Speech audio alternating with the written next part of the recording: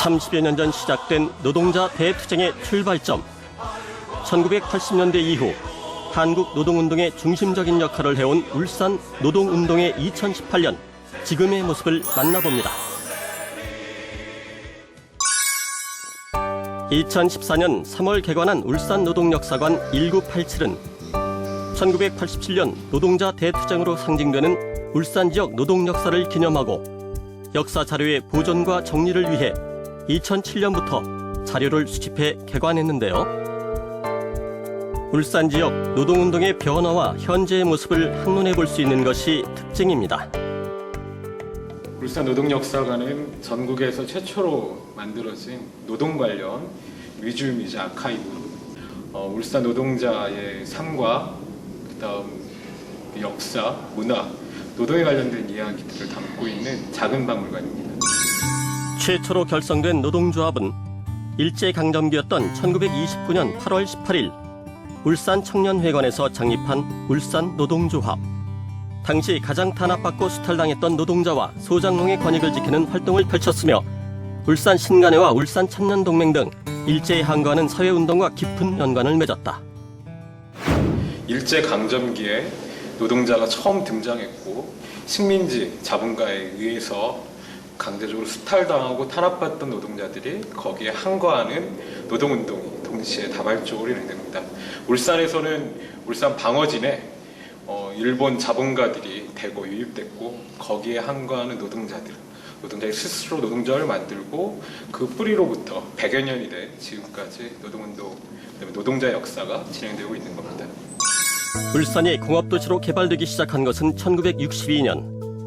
국가주도의 경제개발 계획 사업이 본격화되면서 울산은 인구 8만의 농어촌 도시에서 석유화학, 자동차, 조선, 비철금속 산업을 중심으로 하는 국가 전략산업단지가 되었다. 이후 울산은 빠르게 산업도시로 탈바꿈하기 시작했다. 산업도시로서, 노동자 도시로서의 위상을 갖게 됐지만 처우는 악화되기만 했다. 그 당시 노동자들은 지금과는 비할 수 없이 많은 차별 그리고 저임금의 노동을 해야 됐습니다. 장시간 노동하는 것은 기본이고 적은 임금의 인격적 대우, 인간으로서의 기본적인 대우조차도 받지 못하는 상황들이 많이 벌어진 거죠. 그래서 푸념하는 이야기가 나는 노동자가 아니라 노예다.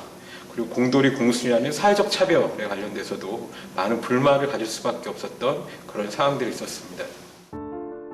1987년 노동자 대투쟁 이전에 울산의 노동자들은 60, 70년대에 견주어 크게 개선되지 않은 상태의 작업 환경 속에서 일하고 있었다.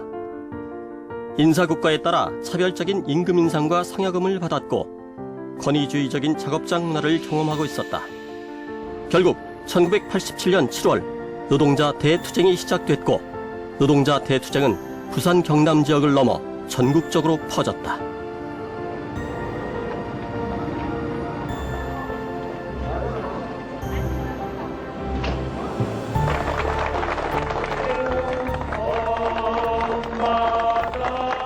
지금의 이제 노동조합이 대거 늘어나게 됐던 것은 1987년 울산에서 시작됐던 노동자 대투쟁의 결과입니다. 1987년 7월 5일 울산 동구의 현대엔진 노조를 시작으로 3개월 동안 수많은 노동조합이 한꺼번에 만들어졌습니다.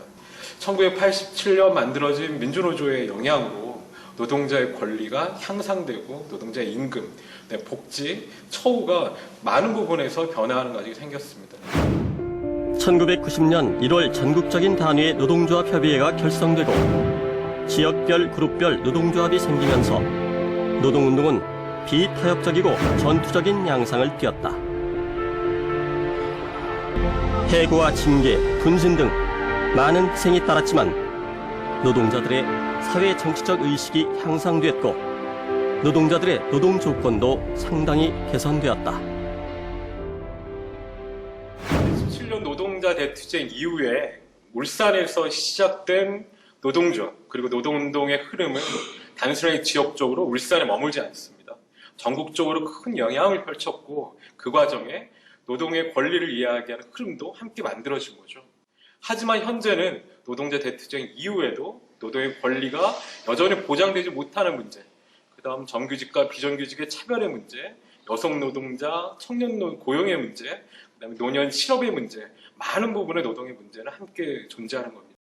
이것들을 극복해 가는 것, 이것들을 아우르는 것, 이것들을 담아내는 것이 현재 사회적으로 우리에게 주어진 과제이고, 또 그런 과제들을 해결해 가는 것 자체가 이 사회 그리고 대한민국 자체의 발전과 직결된다고 생각합니다.